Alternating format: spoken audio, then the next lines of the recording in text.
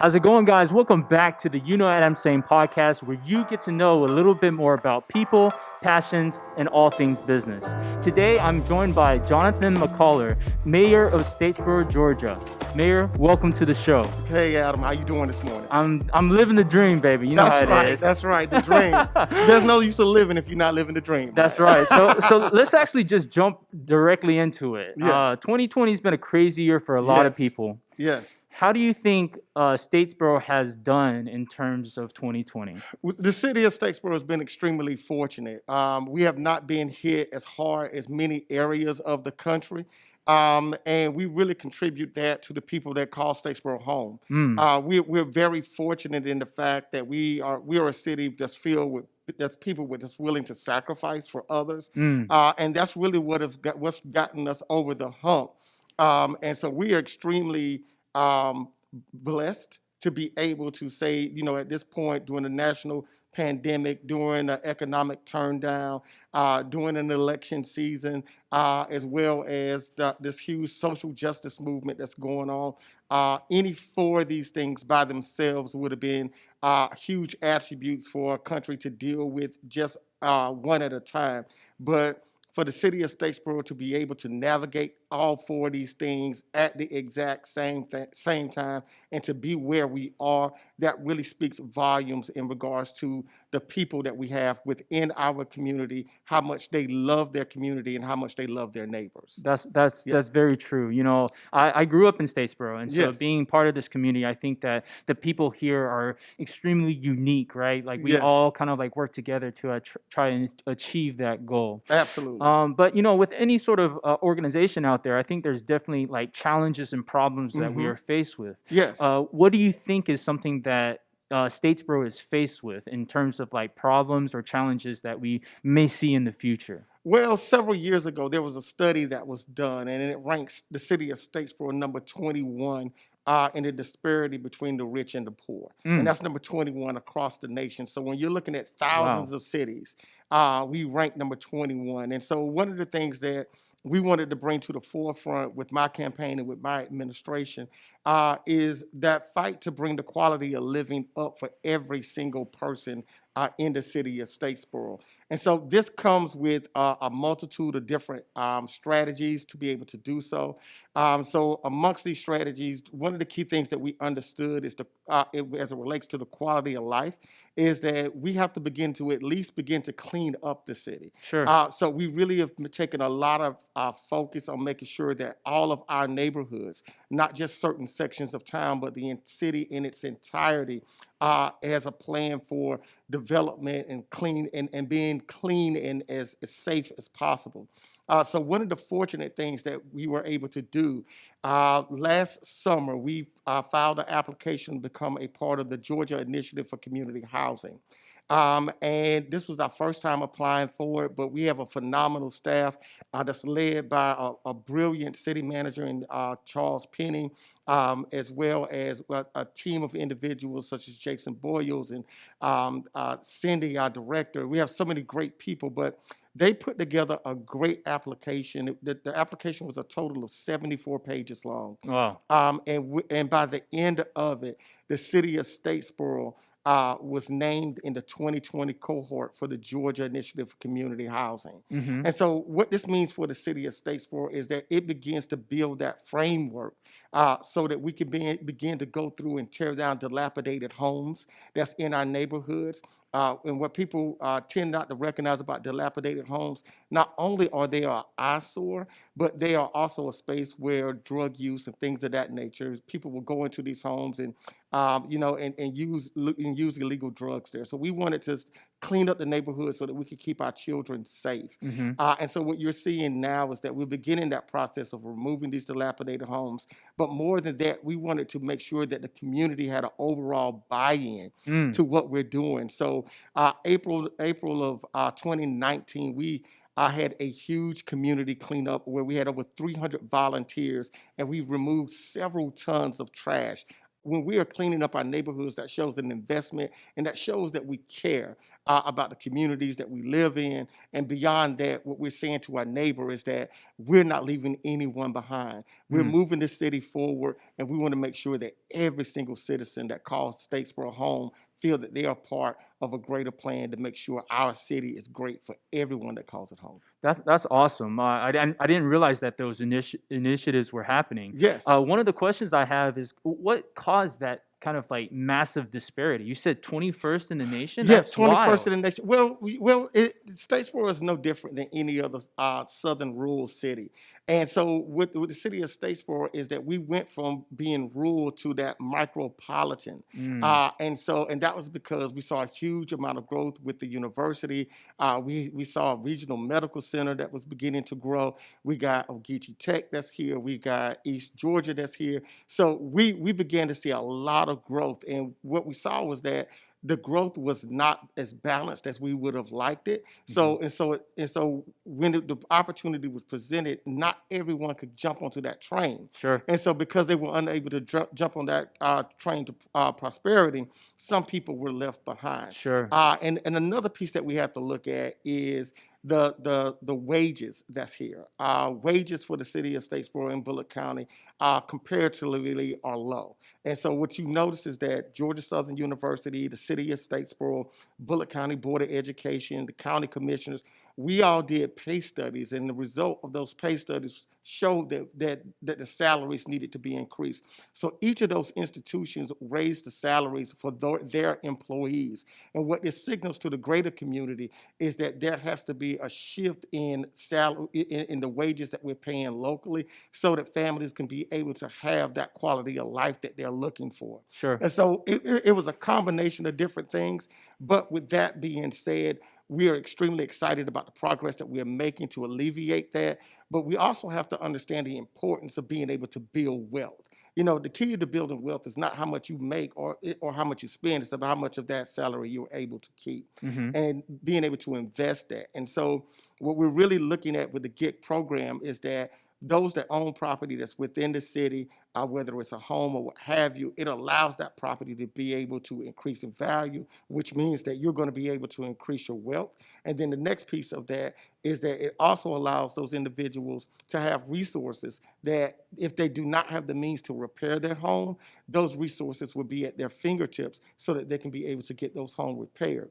So is this like a area that's able to do this, or like anybody can repair their home and have these resources available to them? So this is how this program works, and we're in the initial process of applying for those grants that's going to allow us to do this. Okay. And so what's going to happen is that we're applying for a grant that's due in January, and then another one that's due in April. So hopefully by October of next year, we'll know exactly where we stand as far as being able to provide those funds. But getting into the GIG program, we had to identify a specific area that we really wanted to focus in on. And so we identified 5 areas within the city of Statesboro. And those 5 areas are basically based around the west side of the city and the north side of the city. But the great thing about the GET program is that once you're in, any neighborhood throughout the city of Statesboro are eligible to participate in that particular program. So what we knew was that we had to get in, and then once we're able to get in, then we can make sure we can spread the resources across the entirety of the city. And so we're excited about that. And so I need, I want some clarification on this. Yeah. Does this mean when you say resources, then anybody can go and I guess ask for these resources? You're talking about money to be able to make improvements. Is that the way that it works? It would be an application process, and I want to be clear that those resources are not available now. We're in the process of applying for those grants now. Got you. Understood. Understood. And those applications are due in January and in April. But once we're able to get those grants, and I'm speaking positive energy into the air. I love it. I love it. Once we're able to get that, then there will be an application process so that individuals will be able to apply for those fundings and to get those homes repaired and things of that nature. That's amazing that you're doing that. So I guess you are driving that program, right? You're making sure that this is the direction that the city goes in. Yeah, absolutely. And the seed for revitalization was already there for the city of Statesboro. We saw that with the Blue Mile initiative. Sure. But when I came to the table, one thing I recognized is that The reason that the Blue Mile was dilapidated the way that it was is because we saw an economic shift within the community. And that economic shift took businesses out of that downtown corridor Sure. and moved them out around Georgia Southern University, around the hospital, and around Walmart. And the one thing that we have to always keep in mind about the economy is that it's a living, breathing thing, right? Sure. And so it's going to grow in the direction where it's getting the most nourishment. And so as we saw those things that move away from our downtown, that's when we began to see the deterioration of what we call the Blue Mile. And so if we're going to revitalize that Blue Mile, not only do we have to, from a policy standpoint, put resources into the Blue Mile, we also have to be able to create an environment where businesses want to move back to that Blue Mile. That's right. And so those are some of the things that we understood. And so that seed was already planted. But what I also recognize is that when you're trying to jumpstart an economy, then you got to make sure that you're putting money into spaces where individuals can hire more people. The quality of work can go up, and the quality of life can go up as well.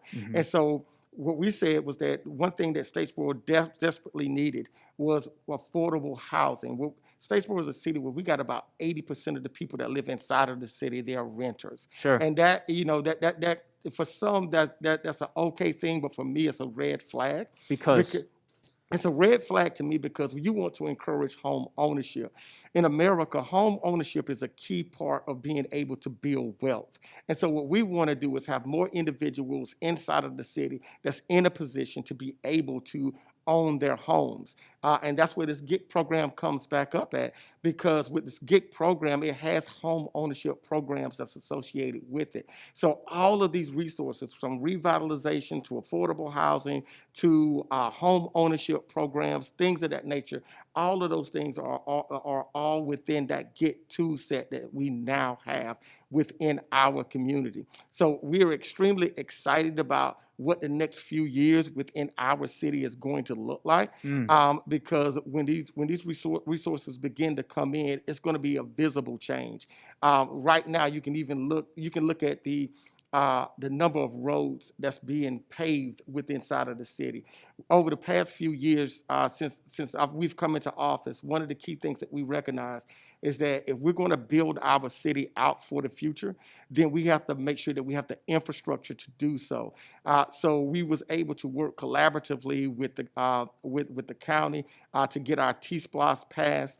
And now we are paving more roads inside of the city of Statesboro than ever before in its history. So it seems like every other neighborhood you go through, you see a new road that's just been built. Right now, we're over on Hurdy Drive, and we're finishing up. We just finished up paving, and we're building our sidewalks over there. So we're building out sidewalks on West Jones, and we got all of these projects going on, and it's because we're dedicated to revitalizing the city in its entirety. And so that is a very key aspect for us to be able to prepare our community infrastructure-wise for the future, because what we know is that the communities that have the proper infrastructure, that helps build the environment for business wanting to come and relocate to that area. Absolutely. So one of the questions that I have is, paint me kind of like an economic picture, right? So, we have all these initiatives that are being put into place.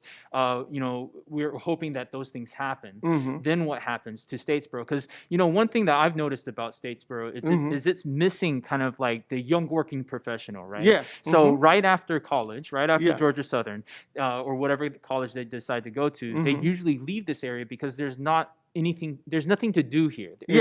Savannah becomes a lot more attractive. All these other places become viable, right? Yes. So how do we keep kind of like that demographic staying in this area?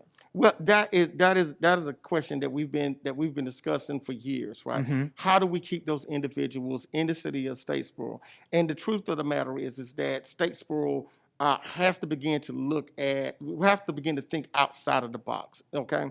And so what makes those other areas attractive? When you go to Savannah, you got great shopping, you got great food, you got beaches, things of that nature. So it's things for them to do once they go there. The same thing when they go to larger cities, whether those cities are Atlanta, Charlotte, or what have you. And so what we're finding in the city of Statesboro is that we have a unique opportunity with the Creek on the Blue Mile project, Yep. right?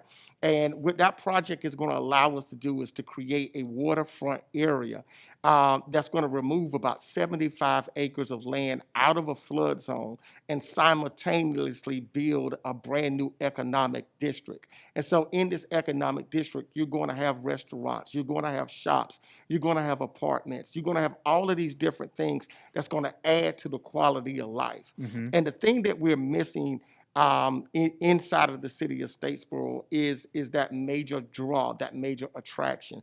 And I don't believe that the Creek on the Blue Mile is going to be the end all be all for that, but I believe it pushes us tremendously forward in that direction to creating a space where we're going to have that thing that's going to be the attraction, where people are going to come and want to spend their money, their time in the city of Statesboro. So that is a huge project, and that moves us further in the direction of being able to bring those individuals here and to keep them here as well. So I think that fixes kind of like, so oftentimes they talk about work, live, play, right? Yeah. And I think that takes care of like the play aspect. Yeah. But what about work? So if there's no type of business that's kind of like holding them here, or no large kind of economic driver where Exactly. people can be attracted to be able to spend the money at these places, then there's nothing keeping them here. So how do we fix that problem? Well, and this is the one thing that when individuals are looking, well, when businesses are looking to relocate, and we're talking about major employers, one of the key things that they want to look at is making sure that the workforce can do the job that they're asking them to do, right? The next thing that they're looking for is that infrastructure to make sure, okay, then if I bring it there, do we have the infrastructure to be able to do that thing, whatever it is that business does? And so the city of Statesboro right now, we have Georgia Southern University, East Georgia, and Ogeechee Tech. The pieces of the puzzle that we were missing is the fact that we have to get our workforce into a space that is going to make it attractive to another area, a business coming into this area. A prime example is that there was a huge company that was looking to come into this area, but they chose to go to South Carolina. And they chose to go to South Carolina because of that workforce development piece. I think right now, under the leadership that we have at Ogeechee Tech, the leadership that we have at East Georgia and Georgia Southern University, and the collaborative partnerships that they have, I think that's putting us into a better position. The other piece to attracting large business is that quality of life. And what I mean by that is, once you get to the city of Statesboro, the people that you employ, will they be able to enjoy a high quality of life? And so that means in the midst of COVID, we still have to think about after this, and do our downtown have programming, and that programming, is it festivals in our downtown, is it what are those fun events in our downtown? Then the next space is, do we have restaurants in our downtown area that make people want to come out and walk around after they get through with their meal, and are there shops available for those individuals? That's what adds to a huge portion of this. And so what we see with the city of Statesboro, our downtown area, we really must work to bring that forward, because that is going to be a part of that attractant for those businesses that's looking to relocate to a community like Statesboro. And so what we want to be able to do in our downtown is create those policies. And one of those key policies that we've done is to allow businesses, if you're in the downtown area, you now can walk around, you and your wife or you and your fiance or girlfriend can walk around downtown with a glass of wine, and it's okay because it's an open container area. Sure. Because what we have to recognize is that downtowns have shifted. And they've shifted in the sense that they are no longer that place of business, but a place of entertainment. So when you go to downtown Atlanta, it's entertainment. When you go to downtown Statesboro, it's entertainment, it's great food, it's shopping. When you go to Americus, Georgia, and you go to the downtown area, it's entertainment, it's shopping, it's things of that nature.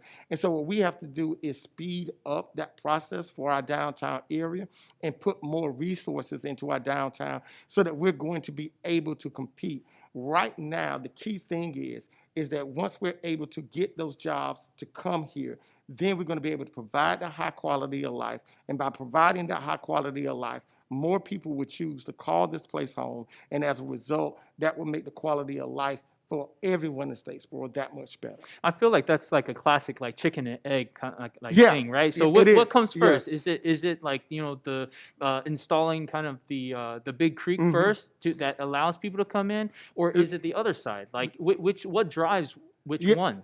you hit that spot on by saying it's the classic chicken and the egg. And the only answer I can provide for that is that it has to be done simultaneously.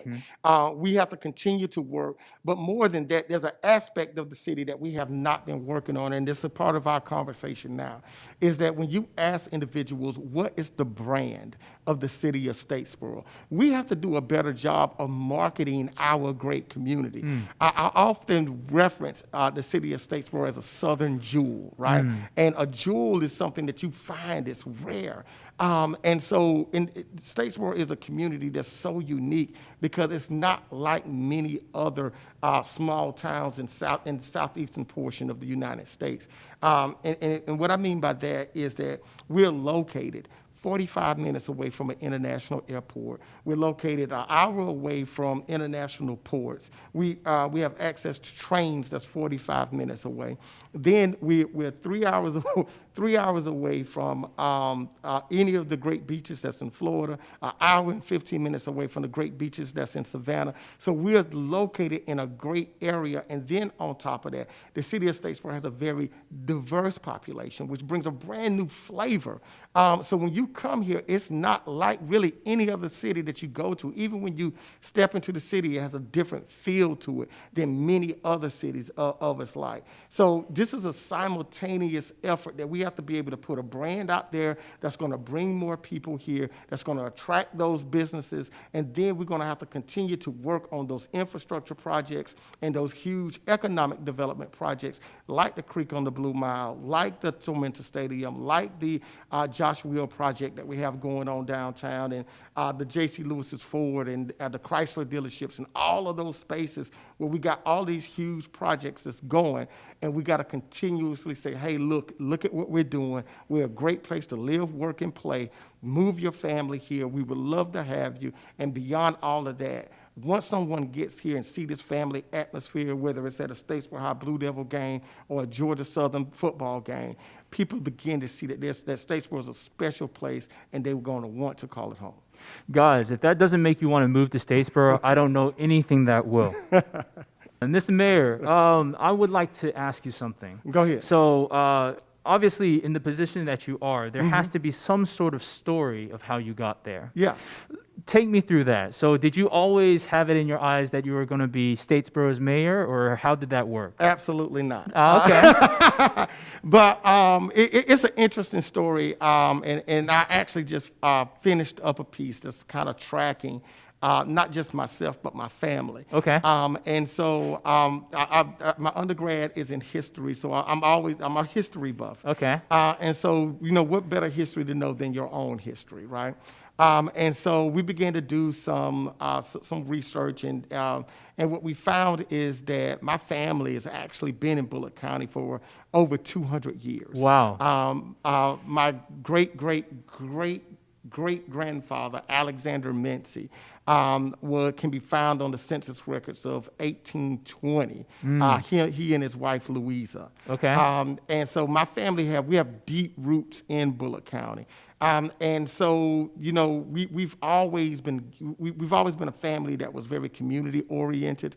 One of the key things that my great-grandmother who raised me, one of the things that she would always tell me is that if you want to get ahead in life, help somebody. And so this is something that she didn't just say. I saw countless numbers of family members and friends that would have to come stay with us during those tough time periods. And what I noticed about her is that whenever those individuals had to lean on us, she always she built them back up and made sure that when they left our house, they had their dignity. Wow. And that was something that was inbred. That's in me. That's in my heart. is that no matter what, you got to love people to a point that you can help them heal, and then be able to make sure that they're able to pick that dignity up off of the floor that may have been bruised a little bit because of a tough circumstance, and then give them the confidence that they can move forward. And so being raised by a woman like this and seeing how much she cared for her family and the community, that was put into me. And so my entire life, I've always dedicated myself to working in the community. And I can think back to when I was 14 years old, I was a part of an organization that was an advocacy group for the prevention of drug and alcohol use that transitioned into fighting the crack and AIDS epidemic that struck.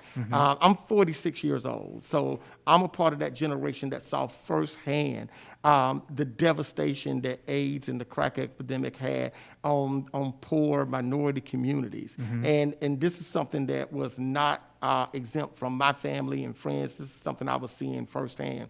And because of her, I knew that, you know what, this is wrong.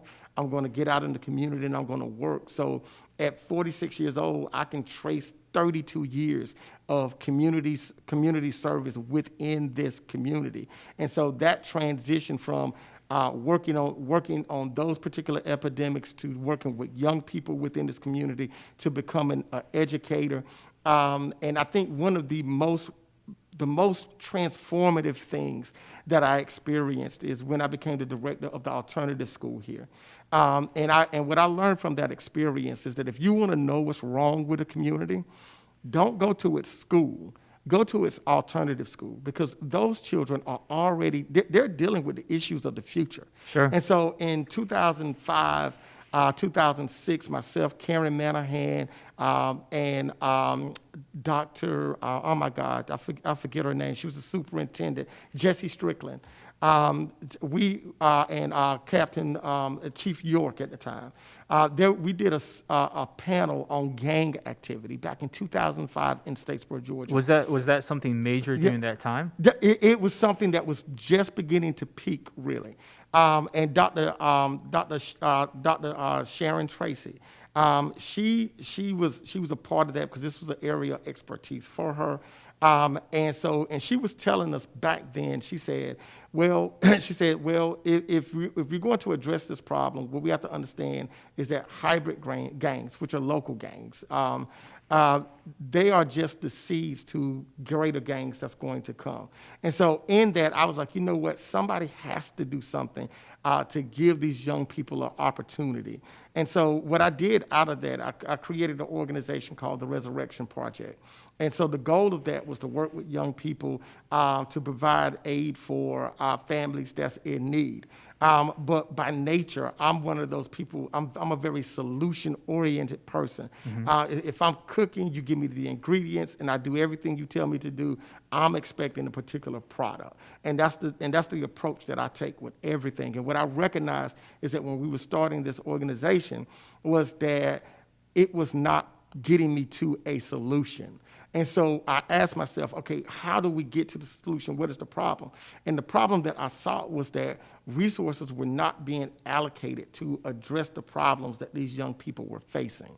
And so when you always ask that question, resources, what is it? Well, resources in code basically mean money. Sure. And what I know is that you could whether you're at the city, whether you're at the local government, state government, or federal government, your priorities are dictated on the thing that you spend money on. Sure. And that's personally as an individual. You can say you like to save, but if you're going out buying nice clothes and nice shoes, you probably like Sure. those nice clothes and shoes more so than you like to save, Sure. right? But I say that to say is that's when I realized who's the ones that's making the policy, who's the one that's holding the means to be able to help these young people. And that's when I realized, Jonathan, you're going to have to get involved into the political process, because these are the individuals that's creating the policies, and these policies are directing the funding to the areas that they believe are important, and it's leaving these young people out.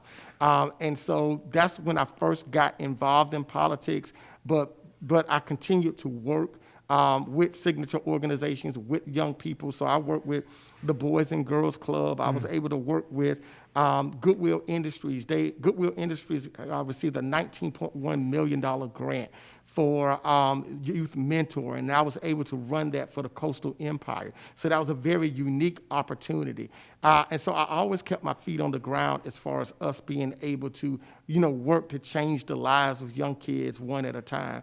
But I really understood that if we were going to really make great change, going to be able to help a lot of people, then we had to get into the political realm. And so that's how I ended up getting in politics, and that's how I ended up, being elected mayor of the city of Statesboro. I want to highlight something in here that it's interesting to me. So, Yes. there's all this, I guess, gang activity and the drug epidemic, and there's all these things that are happening. But it seems as if what you're saying, the solution is to provide resources for these people, right?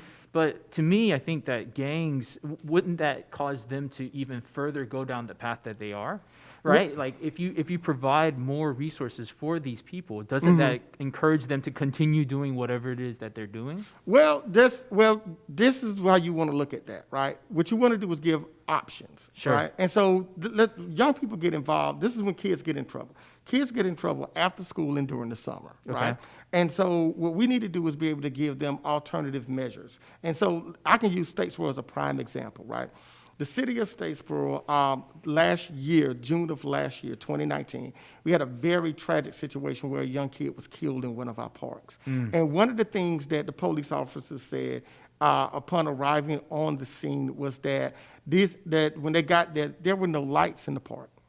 Okay, the lights in the park were out. Okay. This seemed to be like an easy fix. And so, Mayor, why are you focusing in on this? I'm focusing in on this because that is a telltale sign. For Bullock County, when you begin to take the recreation out of the neighborhoods, the programming and things of that nature, then you're going to leave it to another element. Sure. See, that was not the case when we had Miss Ada over there, Miss Moore that was over there, people that was in these neighborhoods every day, getting kids involved in sports, tutoring programs, and things of that nature.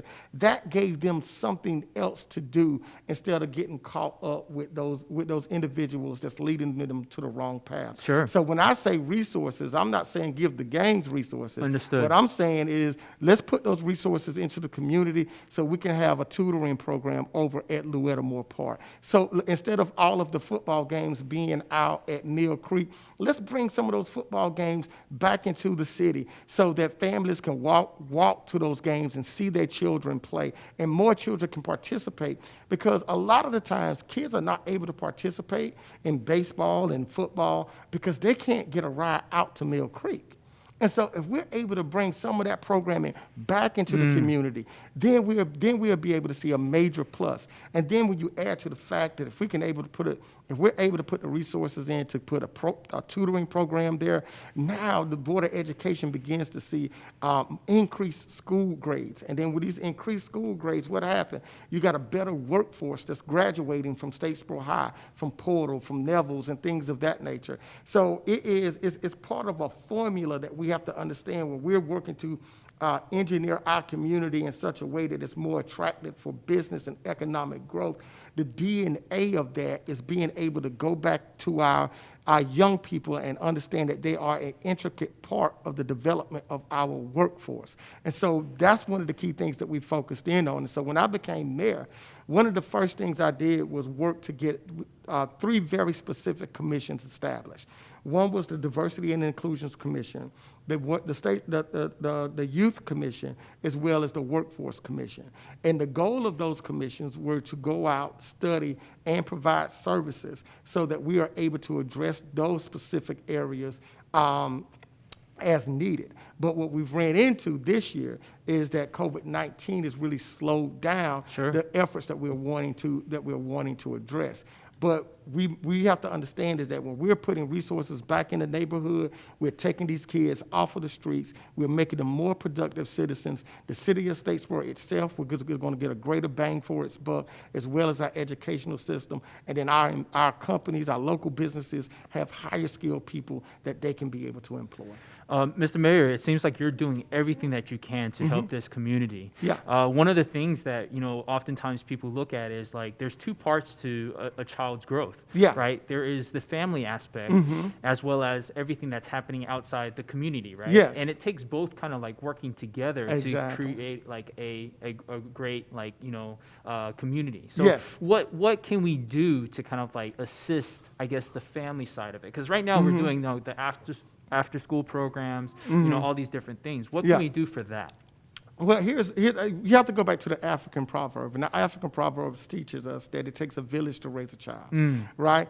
And so whenever you're out and about, I'm gonna put it like this: if I get a phone call about a child, anything happening to a child within our community, my heart breaks because I see that child as a part of my extended family. Sure. And that's the approach that we have to take. And we have to realize is that, the family structure, it is very strong, and yet it is very weak, right? And what I mean by that is that we are all the product of our lived experiences. Sure. And so what we're seeing in many families is that we're seeing generational poverty. So we're not seeing just young people that they're in an impoverished state today, but we're looking at children that's in a situation where not only are they poor, their mother, their grandparents, and great-grandparents all were poor. So we're looking at generations not having those resources to be able to lift themselves up. And so when we take that village-minded approach towards raising our children, we're not only looking to figure out what is going to be the way to get that child out of that situation, we have to figure out what's going to be the best way to lift that family out of that situation. And a great model for that, when I was working with Goodwill Industries, and we were leading their youth department, one of the key aspects of that program was that if we are providing services to the child, then the family has to receive services as well. So I was in a position where I saw on multiple occasions we were working with a child, and the mom or the dad was able to come to us, and we were able to help them find employment or get those soft skills. And that's what we're really running into is the deficit of those soft skills as far as time management, what's the expectations in the workforce and Sure. things of that nature. And so we are able to see these things work. And so what we're wanting to bring to our community is something that has not been done before. What we're wanting to do is make sure that we identify those best practices and take advantage of those best practices so that we can better our community and create a higher quality of life for everyone. Yeah. Mr. Mayor, you paint an amazing picture for the future of Statesboro. Is there anything that you want to tell maybe the audience that maybe you were working on or something that you were doing right now that maybe people out there don't know about? We have a lot of stuff that we're working on, but the one thing, the message I want to send clearly is this: is that we know that this is a difficult time period in American history. Like I mentioned before, we're dealing with 4 major events that's all occurring simultaneously within 2020. A national pandemic, a social justice movement, economic downturn, as well in the background of all of these things, we're dealing with a presidential election. And I know often things may seem bleak and there's a lot of fear that's being put out there. But the one thing that I want to put out, not just to the people of our city, but to everyone around the world, we have more in common than we do not. And that is the thing about being American. At the end of the day, we are all American citizens.